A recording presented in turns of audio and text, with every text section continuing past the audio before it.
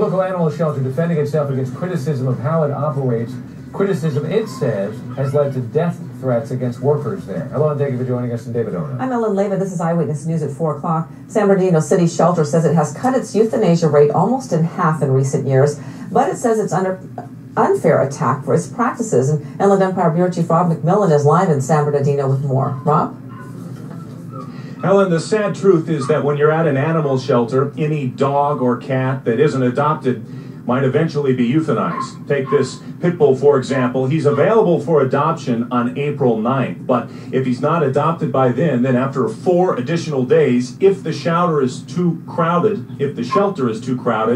then he might be put down. The big question around here, are more animals being euthanized than necessary? Come on, everybody. She's hanging in there. She needs our help. This is video posted on YouTube from someone visiting the San Bernardino City Animal Shelter. Someone critical of how many animals are being put down. Are they euthanizing this dog today? Are you euthanizing her? I'm asking you right now if you're going to euthanize her. In the end, the shelter says this dog was adopted. But the story won't end so well for other animals. Once you come out here and you see the need, if not us, who? Renee Hersey takes pictures of these guys and puts them online, Sweetness. hoping more of them can be adopted.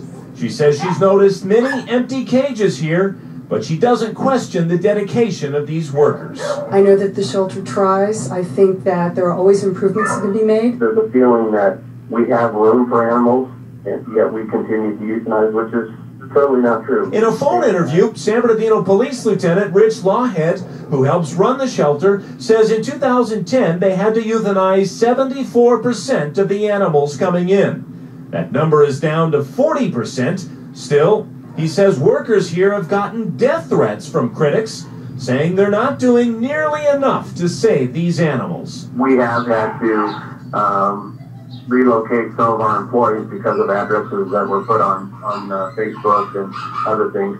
And that's just another expense to the taxpayers that take dollars away from the animal shelter when we have to pay for hotel rooms and we have to relocate employees to ensure that our employees are safe. When nobody adopts them, they put it down.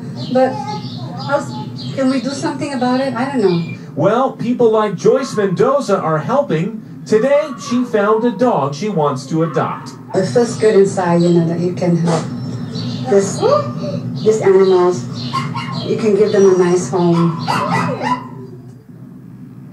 And in speaking with one of the police officers here, he told me a couple of hours ago that about 80 to 90% of these cages are occupied. They have to have room for some empty cages because they need to have a place to put stray dogs or cats as they're taken into the shelter. Also, people who run this place want to remind the public that this is, after all, a city going through bankruptcy. Not a lot of money available, so they depend greatly on not only the rescue organizations, but volunteers to come here and help find homes for these pets.